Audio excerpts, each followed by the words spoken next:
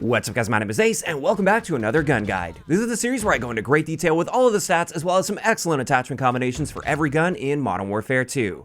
And in today's episode, we're going to be moving on to the last of the shotguns that are currently in the game. This is the Bryson 890. And starting it off as always, let's have a look at a shotgun range comparison here. And as we can see, the Bryson 890 isn't as good as the Bryson 800 when it comes to our killing potential. But of course, at least it's a little bit better in this area compared to the semi-autos, the Expedite, and the KV Broadside. As for our rate of fire, this is slower than the Bryson 800 by just a little bit at 69 rounds per minute, which means our time to kill potential for a 2-shot kill is 870 milliseconds, which is extremely slow in this game, and generally speaking, you want to try to make sure you get that 1-shot kill whenever possible. As for hipfire, we see the exact same trend, where this is just a little bit worse than the Bryson 800, but it is better than all of the other shotguns, which is nice. And when we look at our hipfire versus aim down sight spread comparison, just like the Bryson 800, there is very little benefit to aiming down sight when it comes to your pellet spread, at least when you're not using attachments. This will change significantly when you start using attachments though. Next up, let's move into our handling stats, and we finally have something better than the Bryson 800 here. Our aim down sight time is 320 milliseconds, which is noticeably better than average for the shotgun category. And it's a similar story with our sprint to fire time. We're a little bit better than average here at 160 milliseconds for our standard sprint out time and 260 milliseconds for our tactical sprint out time. After that, one of the biggest benefits of using the Bryson 890 is our reload. Unlike the Bryson 800 where you have to load each shell individually, we reload with a detachable box mag, and therefore it's only going to take us 2.27 seconds every single time we reload this, as long as it's not empty at least. And that's honestly probably the biggest upside to using this shotgun compared to the Bryson 800. Now finally, for the base stats of this gun without attachments, let's have a look at our mobility stats, and this is yet another area where this gun excels. It's better than average across the board when it comes to our base movement speed, sprint movement speed, and our aim walking movement speed, and therefore this is another area where we have a slight leg up over the Bryson 800. And with that, we can start moving into attachments, and the first set of attachments I wanted to cover here are the guard attachments. And once again with this, we have two of these guards that affect our rate of fire. The first one, the Demo X50 Tactical, increases our rate of fire up to 76 rounds per minute, which is actually a very, very noticeable increase, and I'd highly recommend using this. Whereas if you use the second guard, this one will reduce our rate of fire down to 63 rounds per minute, and as a result, I'd likely stay away from that one. After that, let's have a look at our range modifying attachments, and we have 4 barrels that increase our range values, which is great. None of the barrels will decrease our range, which is very interesting for a shotgun. The best in this area though is going to be the 21.5-inch Bryson Tacfire with a 19% boost to our range. And then of course we have these same old suppressors and chokes that will give us basically the same range benefit as any of the other shotguns in the game, with a maximum of 14%. Now, the next set of attachments I want to look at are the ones that impact our aim down sight pellet spread. And as we can see here for the barrel attachments, all of them seem to give us at least a slight improvement to our pellet spread, but the best here is also the one that gives us the best range increase, that 21.5-inch Bryson Tacfire. This appears to tighten up our pellet spread by about 45%, which is quite significant.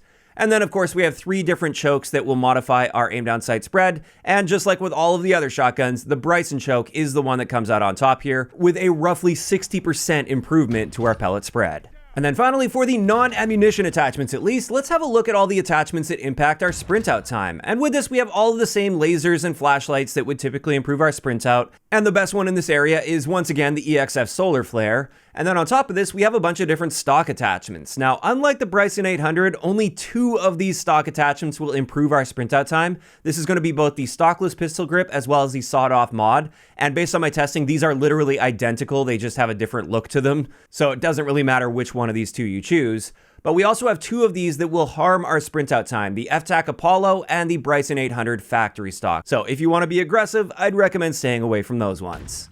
And with that, we can finally move into the different ammunition types, since they can really significantly change how the Bryson 890 works. And as we can see here, the Dragon's Breath ammo got completely destroyed with the Season 2 Reloaded update. I would recommend staying far away from this. There's no situation where I'd rather have Dragon's Breath than the base buckshot with this shotgun, so just stay away from that from now on. Whereas when we get to the Slug, it's very usable on this gun as long as you're keeping yourself still reasonably up close and personal.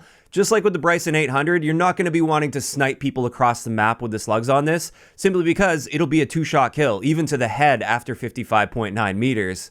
But as long as you're navigating the map fairly up close and personal and trying to hit those upper torso or torso shots, you can still find some success with a slug. It's just going to be a little bit worse than the Bryson 800 in this area. And then finally, with the explosive slug, just like with all of the other shotguns, while it does increase our range potential compared to the standard slug, it's completely nullified by people that are using Bomb Squad, which is quite common, and as a result, there's no reason to ever use the explosive slug, in my opinion. And with that, let's finally move into some excellent attachment combinations I've got for you guys with the Bryson 890. These are going to look very familiar since this gun is so similar to the Bryson 800, and therefore the best attachments on this are going to line up pretty much one-to-one.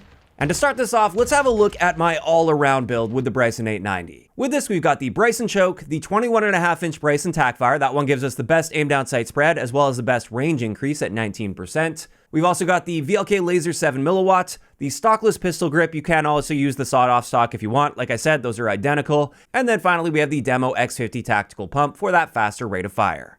Now, you'll also notice the things I like to tune on this if you do want to do some tuning. And when we have a look at this, our aim down sight pellet spread is ridiculously tight compared to the base. That's a massive improvement. It almost behaves like a slug between about 0 and 15 meters. Our aim down sight time is a little bit slower than the base, but still faster than the Bryson 800 counterpart setup here at 341 milliseconds. Our sprint out time is quite fast at 120 milliseconds. And when we look at our range potential here, it's very nicely improved from the base. And as a result, overall, this is just a great all-arounder. If you're right up close and personal, hip fire away. But if you start stretching out beyond about 5 or 6 meters, this is where you want to at least try to get aim down sight on your target to ensure you'll get a one-shot kill. As for the second setup, just for consistency's sake, I am going to show you guys a slug setup. Maybe if you want to go for long shots or you just want a change of pace with this gun, I would recommend trying out the slugs. And with this, we once again have the Bryson choke and the 21.5-inch tackfire barrel, the VLK Laser 7mW. This time we're using the FSS Guardian stock, so we have a little bit more stability while aiming down sight, which is kind of important if you want to hit an accurate slug shot.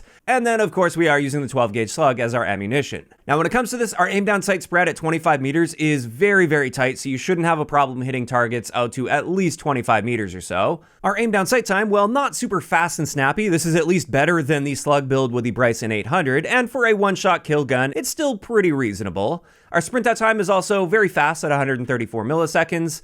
And now let's have a look at our range potential here, which is not bad at all. You should be able to navigate the maps just fine to keep yourself within 36 meters, which is the maximum upper torso one-hit kill potential. But for the best results, you typically want to keep yourself within about 16 meters, so then you can hit them anywhere in the torso and still get a one-shot kill. Now, personally, I don't tend to use the Slug Build a whole lot with this gun. It is very usable, but I definitely prefer just using this with the standard buckshot.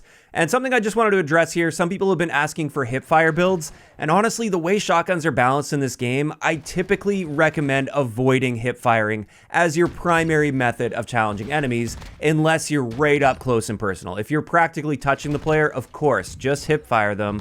But a lot of people are looking for really effective hipfire builds so you can still get one-shot kills beyond like 10 meters, and that's simply not going to happen consistently with the way they've got the shotgun set up this time around. Unfortunately, if you want to stretch out the range, you have to aim down sight. And with that, that's going to wrap it up for today's gun guide on the Bryson 890. As for my thoughts on this shotgun, I think it's fairly usable. I don't mind using it a whole lot, but honestly, I would much rather use the Bryson 800 in the vast majority of situations. Sure, it's nice to have a detachable box magazine on the Bryson 890, but I would definitely give that up for just better raw killing potential, which is what you get with the Bryson 800. Now, of course, that is just my opinion of this, and I'd love to hear what you guys think about this shotgun in the comments down below. Also, if you guys have missed any of the previous episodes of Gun Guides, I've now covered every single primary weapon that's currently in the game. I will leave a link to the playlist in the description down below. If you enjoyed the video, a like rating is always appreciated, and don't forget to subscribe for more if you haven't already. I'll talk to you guys next time.